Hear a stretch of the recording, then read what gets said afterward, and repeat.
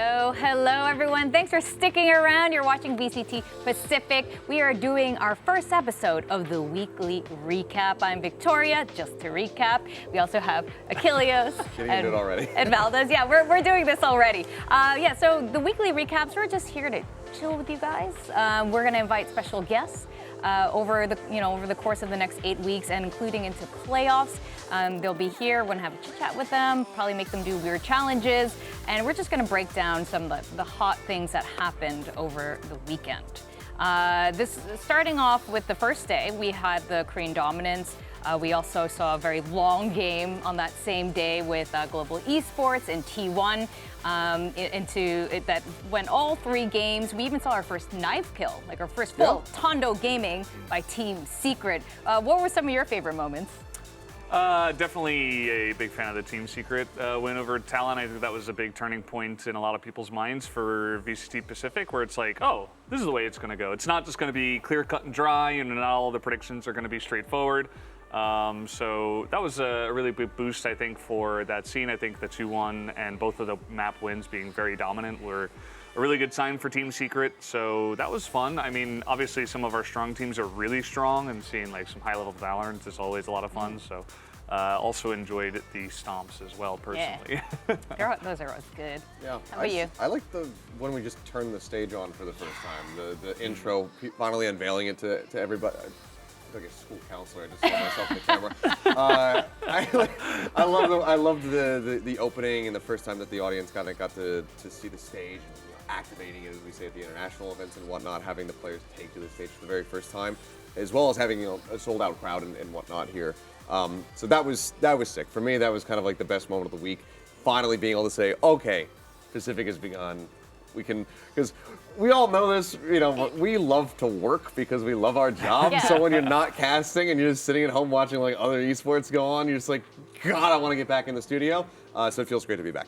I mean, you've been on the international stage. How was the setup? Was it ever set up like this before in Korea? Have you seen like the way the stage was set up with the AR and all those visuals? We've had some like AR stuff in the past across a bunch of different esports and whatnot, but the way that we're integrating it for this show, I think is very unique. The stage design itself, it feels like you're at one of the international events. Yeah. We've kind of gone above and beyond to just match that style and have the same kind of the same kind of feel to it, I suppose, with the massive LED screens, the way that the lights are going crazy and whatnot. So it feels like I'm back at an international event, even though I'm right here at home.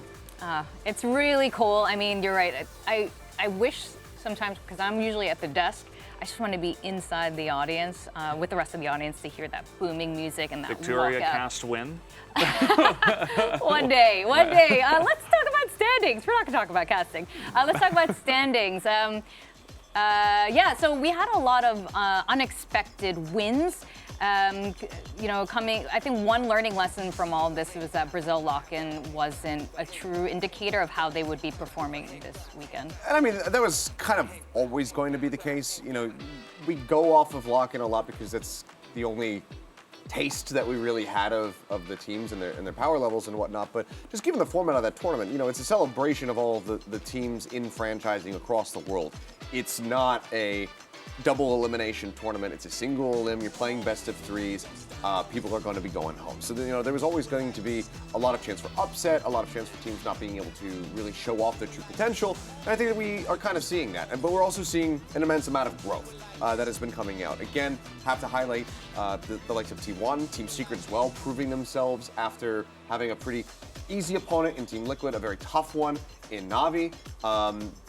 They're showing their real firepower as well by taking down Talon. Detonation looking a hell of a lot better after that series over in Sao Paulo, as well as RRQ. So I mean, I'm right there with you. I don't think that we could fully trust in everything that we saw at lock-in, but now is where the foundation starts getting laid for all these teams, and we can actually figure out what the rankings look like. Yeah, also, I mean, this is why regular season play is so fun, because, we got to see, first taste this first week, right? And we're going to do this weekly recap and go over a lot of the cool plays, but we're going to get 9 weeks of this, where it's like every week there's something new, cool that happened. We didn't just only get to see, like 1 or 2 best of 3s at lock-in, and that's all I got to see of my favorite team. No, it's like every single week you can find these guys playing at least 1 best of 3, and that's always a lot of fun. So you're going to see some cool upsets. You're going to see some moments where, maybe this team was expected to do really well, they didn't, and then this other team had a big uprising like late in the season, and all of those like kind of full season recaps, like at the end of it, it's like, oh, our expectations were like this, but we had these really cool differences and changes in our minds, and I'm just looking forward to doing the entirety of this regular season. No, absolutely. I mean, let's just talk about just now. We won't go into too much detail about this, but we just saw RRQ play against Gen G, and that was the first time these two had played against each other internationally. Yeah, I mean, two very new organizations, but I don't think that we've ever had any of the players from either of these teams clash internationally. So I think that was across the board very much a first. And clearly, Gen G fairly well prepared. I mean, we were talking about it at the end of the show. Sylvan saying, "Yeah, well, we came out here. We just wanted to win. Shoot him in the head, whatever, blah blah blah." We mentioned like that can be dangerous. You don't want to underestimate. Obviously, we did see RRQ picking up a fair number of rounds across those two maps. Really good starts for them, especially on Fracture with that 4-round streak they were able to set up. It's still sucks to see them kind of like end up having that really strong start and then start immediately just dropping round after round after round. 10 consecutive never feels good. I mean, 10 consecutive obviously across both halves, but then dropping the pistol, dropping that eco round. It's very rough, and it's something that needs to be fixed because we've seen it in the past. There are these teams that can get snowballed on, and you need to be able to break the snowball. You have to stop that enemy momentum and then get some back yourself. And I think that that's one of the biggest things they need to work on is just those fundamentals. Yeah, that's a very good recap. And they didn't really stop it with their second map, Lotus. With that, I kind of want to point out some of the map picks over the last 3 days. Lotus is the last map that we had ended on. It seemed to be quite a popular map, actually. Yeah, it's pretty interesting that we get Pearl and Lotus here at the top. As was mentioned before on the desk by Achilleos, like it does seem like a lot of teams, even at Lock-in, were beginning to pick more Pearl and actually beginning to prioritize this map more than some others. I was happy to see Fracture coming out once again. I actually quite like that map. I think that Gen G played it exquisitely well up against RRQ and really had their number on that one. So yeah, it's been pretty good so far. I'm just, waiting for the first split map as well. Why don't we talk about, like, real quick, why is there no split? Happen? Yeah, why is there no split? It's hard to say just because I feel like the overarching changes to split haven't really altered the identity of the map too much. I think the teams just really want to continue to drill it and work around the changes that have occurred on the map before they're fully comfortable in playing it. And that also obviously is going to be delayed as you have other agents getting integrated and whatnot. I think it's going to be some time before we see Gecko, but you want to be able to run everything and try every single iteration you possibly can before you're willing to go for a map. And that also extends over to agents. As we can see, we got through this entire week. No one's opted to pick Gecko yet. Yeah, no Gecko at all, and no Chamber, of course. I think we kind of saw like the diminishing. Yeah. There's so much of him, and now there's none of him, and there's still none of him. But Killjoy being the most played. I think there's definitely some meta agents. Like, obviously, Killjoy and Jet coming out a lot. KO is a big mainstay, but I'm sure that eventually we'll get one person who's like, I really like Chamber. We won map 1. Let me get a shot at it. Maybe I can play really well. Like, he still is the same agent, obviously, with some big nerfs over the last couple of months. But I think it'll happen, just especially at the beginning of the season. It's like, okay, everybody's just going to play Killjoy and Jet on every single map, and it's not really going to change.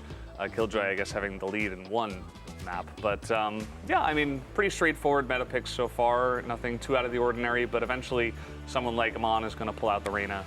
I guarantee it. Yeah, I mean, Killjoy, it's not shocking, and I do agree. I think that we're 100% going to see Reyna before we see Chamber, before we see Gecko. I feel like that's just, unless somebody really wants to throw a curveball and have that Gecko coming out. But I think Reyna is a bit more likely. I wouldn't mind seeing it from Evan again because he did play it quite proficiently. But we'll have to just wait and see. But I think that for the most part, it's just going to be those two out of the meta. Everything else is kind of going to be filtering in. But given the strength of Killjoy, even with the recent nerfs, it just hasn't quite done enough because the lockdown ult is just still so very valuable. Being able to buy that much space, having it be less reliably eliminated by enemy utility. I mean, it's a fairly heavy commitment. You think about two of the biggest things that can take out that ultimate is a Hunter's Fury as well as a Brim ult, so an orbital strike. And to commit both of those just for a singular lockdown obviously feels very, very bad. But it's something that you have to do because the lockdown is so strong. So I think unless something else happens or some kind of new tech is found, Gecko. I mean, the gecko, you can destroy it with a mosh pit. But Little that green would require, puddle. we're going to need to see people play around in some crazy lineups in order to make that Sure. happen, on common killjoy spots. So, I mean, I'm curious if somebody will decide to do that. It's just, we have to give it a little bit more time, let the teams cook and see when the time is right to take it out of the oven, I suppose. All right. Well, let's also talk about our MVP picks, because we had a good discussion about this over the last few days, and we came to a conclusion about a couple of them. One guy for me that stood out a little bit differently than your standard, like amazing, multi-kills was Divai. He really brought these amazing moments where Paper X should have lost. And he was the last man standing and completely clutched the round in 1v3 type situations.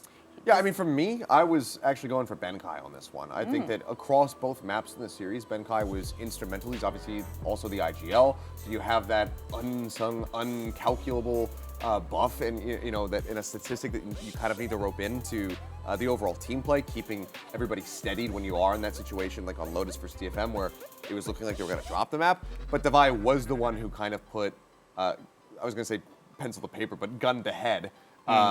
Against the DFM members and just knocked them down one after the other every single round. On the back end of that map, he was the one who was clutching up to be able to get the wins. And then obviously Meteor, our most recent one that gets tacked on there with just another incredible performance. So I don't think that really any of the ones that we have up there, I agree, I think maybe Divai is the one that people would have expected a little bit less. Because normally going to a PRX series, you probably think it's going to be Forsaken, Jing, maybe even Benkai as I had to vote for. But I mean, Divai came up huge and he showed like, yeah, I deserve to be on this team. So screw you, naysayers.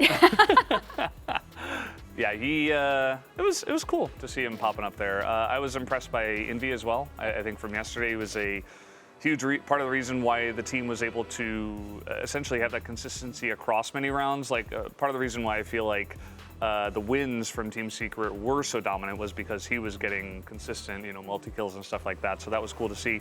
I also really liked Meteor, just from today. Maybe I'm biased because it's the day I was working, but like he just kind of made both maps about him. Like his raise on Fracture you could not ignore him, even though like we were first looking at TS on his team and then we were looking at King and we are like, okay, these two guys are probably going to be the two guys we highlight. And then Meteor's like, no, it's me actually. Again, I'm back, and he did it again on Lotus as well. So I'm kind of biased towards those players that are like, okay, I'm just going to take over the entire lobby, and he did exactly that today. But again, I mean, you still have to give that shout out to the rest of the team functioning around him to enable him to do that. It does kind of feel almost like a classic Optic and Ye situation where it's just like, let's enable this guy to go ahead and run rampant.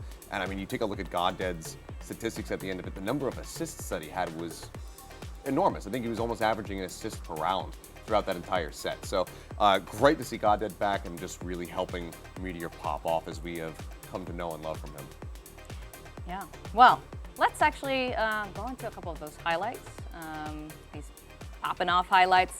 Some of our favorite moments. One of my favorite moments was, on day one with DRX versus Zeta. This was a big one when you have Korea versus Japan, this longtime rivalry. It was a really exciting game. I know a lot of the Japanese audience was tuning into this. But DRX was playing so well. And one person that really made it extra exciting was the addition of Foxy9. It was the first time we'd seen Foxy9 actually play live with the team. He hadn't appeared until this moment. He had a reputation for maybe getting a little early stage jitters, but then he really warmed up and proved himself, getting like multi kills and ending the game with a really insane ace, a beautiful, clean ace. Yeah, I mean, we've always known that Foxy9 has just amazing mechanics. We've seen it from him, but it's always been in show matches, so it's never been on a VCT stage. We all obviously know that DRX was looking at having him implemented into the roster by the time that Lock-in came around, but they decided it needed a little bit more time. And even in this matchup, it wasn't necessarily like, okay, this is the game plan. Buzz had personal reasons he wasn't able to attend. Otherwise, we, in all likelihood, we're going to be seeing Buzz competing in this match versus Zeta. But Foxy, he rose to the occasion. He did have those early jitters. We saw that roughness, a couple whiffs at the beginning of the map. But as time went on, he just started dominating. He ends things off with an ace. It's just a perfect cherry on top for him in that debut. And I can't help but feel like he was probably so relieved after just getting that win under his belt and popping off as hard as he did. Yeah. Also for any naysayers, he's like, it's done and dusted. And I feel like that was a great way to start with something kind of fresh and new. And I really enjoyed that. So what was your favorite, Seth? For me, this might surprise some people, and granted, I kind of surprised myself. Rather, DFM surprised me. Because for me, it is the DFM versus Paper Rex series that this was kind of my highlight for the week. I think this, especially second map, we'll focus in on that. Lotus was where I was very caught off guard with how clean DFM was looking. So Jess in particular was absolutely destroying with this race. The number of kills that he was putting up, despite the fact that this ended up being a loss, was monumental. So I gotta give it to this because it was a completely unexpected banger match, one that we didn't anticipate. We thought, okay, Paper Rex, they're obviously going to be contending within like the top 5 teams here in Pacific. DFM probably hovering around the bottom. This should be clean and easy. And again, DFM nearly ended up taking this map for themselves. So just at every moment was looking incredible. You had Anthem as well, finding an ace for himself, our second ace of the tournament at this point after Foxy Nines. And it was just an awesome back and forth between these two squads with Paper Rex and again, credit to Devi, barely scraping by with the win to close it out 2-0. Yeah. How did you find this game, Brendan? I mean, you can just see from the highlights, like, this Lotus map was so hype, it was so back and forth. Like, to see this clutch moment at the end from Devi as well, just barely able to clear out the site, and against all odds, essentially, I think it was like a 2v4, they were able to just get the defuse off, so just really cool stuff. Like, you could see that Paper X were the team that essentially at the end of the day did deserve to take the win, but DFM did not make it easy for them, and I had another match which I thought was really interesting. Obviously, a big one that a lot of us voted for Talon. We were like, okay, they had a great result at lock-in recently in Brazil, so they should be able to take this. Well, Team Secret had a different idea, and it started out with Talon's dominance, you know, winning the pistol round, starting off very well. But then all of a sudden, you kind of get double back-to-back clutched by Borkum, who's, you know, not even like the biggest name on the roster, but you're like, oh, like, well, what's going on here? Like, this guy is just gonna pop off this hard against us. This is the first one, and then he does another one on the A side as well, which is really beautiful, this one here. And it's just crazy because from there, the entire momentum and the entire story of the series, I feel like, totally shifted. Yeah, I mean, it was really good early reads, as you were saying, from Talon. This, unfortunately, for Cruz, just getting timing, just shifting back, doesn't see anything on that approach from Tree. Borkum just strikes at the perfect moment. So they really started finding their groove and just really working around Talon, running circles around them. But Talon did have those good early reads. It was looking like that was going to be a much more competitive map. But fortunately, the series was overall competitive in that it went to that 1-2 scoreline for Talon in the loss. But clearly, things that need to be fixed, maybe some change-ups as well for their fracture, because as we were talking about on the desk just at the beginning of the show during the pre-show, Secret studied the ever-loving hell out of their playbook, and they were just able to really lay it all out there and just shut them down. Yeah, I mean, that fracture map was brutal. Really interesting plays by both sides. I really like that you like all the understated players and kind of who rise up and surprise us. And I'm expecting a lot more of that coming into next week. You know, we talked a bit about RRQ and their performance today, and they get to go up first next week on Saturday against Zeta. So it's almost like their redo, and we can see how they can do. I'm particularly excited. I mean, this is going to be very obvious, but very excited for the Paper Rex versus Team Secret game right there, front and center. Yeah, absolutely. Philippines versus Singapore, Malaysia. Both of these teams had such a strong showing, and having them come head to head next week is going to be fantastic. I imagine just so much enthusiasm from the Valorant fans too. Yeah, I mean, we heard from Jesse Bash in his winner's interview just yesterday. He was saying, you know, Paper Rex has always been our team to beat within, you know, the APAC region, within Southeast Asia. It's always Paper Rex because DRX isn't included. Otherwise, if DRX is in the mix, they say like, okay, we need to be able to beat them. But there is this long-standing, you know, want to overthrow Paper Rex since they have often been the representative, since Team Secret was not present at international events in 2022. So they want to basically reclaim that spot that they had established for themselves all the way back at Champs in 2021, where they were able to make it out of that group stage, make it into the playoffs. So I think that this is going to be super exciting because Paper X, they do look like they're still, despite the 2-0 victory, on a little bit of a dip. They're still trying to figure out certain things. They need to tighten up certain aspects of play. Again, Forsaken playing that Euro and Lotus as if it is a jet and oftentimes getting a little bit frazzled. I mean, you see that in that Anthem ace where he just TP's like 2 feet to the left and Anthem just pulls out a classic and kills him. So there's things that still need to be fixed from the side of Paper X, and Team Secret in the meantime is just looking better and better. From lock-in into this tournament already. So I think that that's going to be an awesome set because Paper X, aside from beating DRX, this is probably like one of the other teams that they really desperately want to be able to take down, just given that regional rivalry. Yeah, and imagine that coming into this one, Team Secret's able to start off the season 2-0. Like that could happen against all odds, essentially. Like these teams have fought each other a lot, Team Secret and Paper X, but like, are they the favorites coming into that matchup? I don't really know. Like before the season really started, I would have said Paper X, but after what we saw this week, I'm not really sure. Yeah, I think there is a lot of, the fandom is definitely shifting around as these different teams come face to face with each other. We also have a really exciting T1 and Talon game next week. With that, thank you for joining us for this week's episode 1 of VCT Pacific. See you guys next week. Bye. Goodbye. Bye. Bye.